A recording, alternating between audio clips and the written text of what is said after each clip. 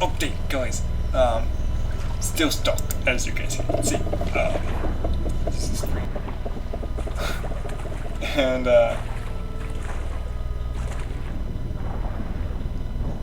can't do anything.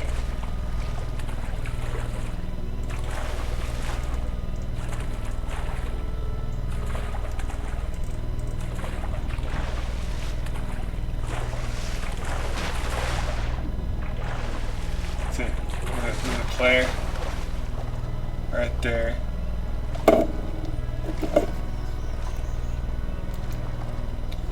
Alright, we're gonna see him. This guy is AFK. This is sad. I can't. Nope, still can't escape. Fun. Alright, we're gonna message Master Ape.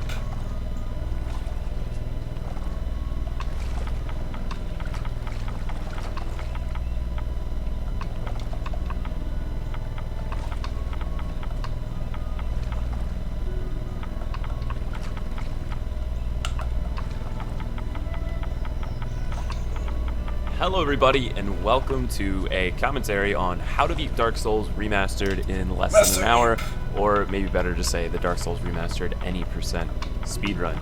If you're unfamiliar with an any percent speedrun, it just means getting to the end of the game as fast as possible. To start this, you're going to pick the Thief class, the Black Firebomb. Nothing else really matters, and I'm sure you can see that 2B's making a guest appearance in Dark Souls Remastered.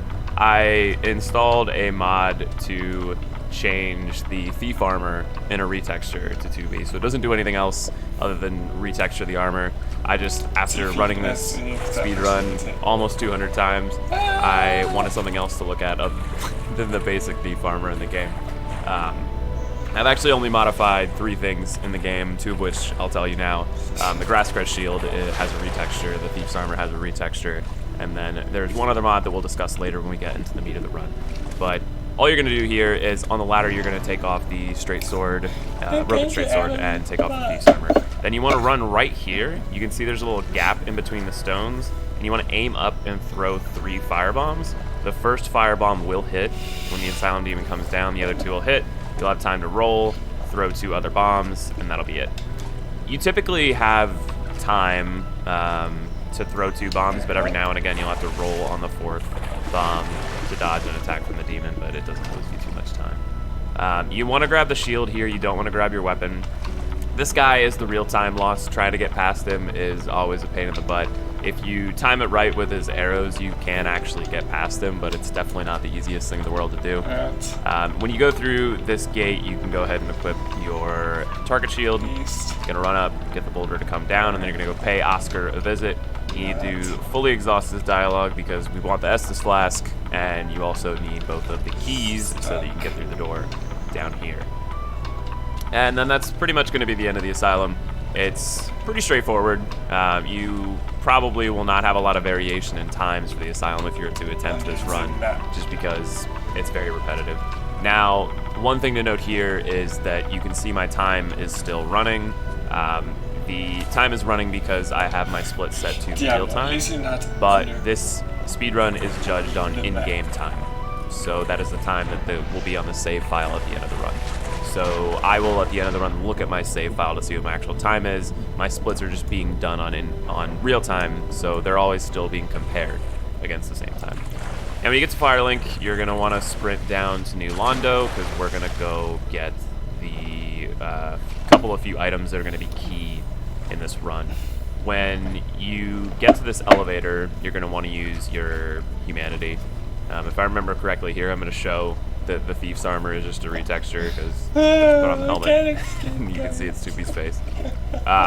You want to make sure that you send this elevator back up because we're going to need it to get to Blighttown later. I always jump on top of that thing. I don't know if it actually saves time. I just do it. So you're going to come out here, you're going to open the door, and right behind the door is a soul. You're going to want to take that because we're going to need it here in a few moments. Then you're going to run across this side and you're going to want to jump. Now, I highly recommend you jump at a perpendicular angle because if you don't, you might fall and you don't want to die to gravity this early in the run. It's too early for that.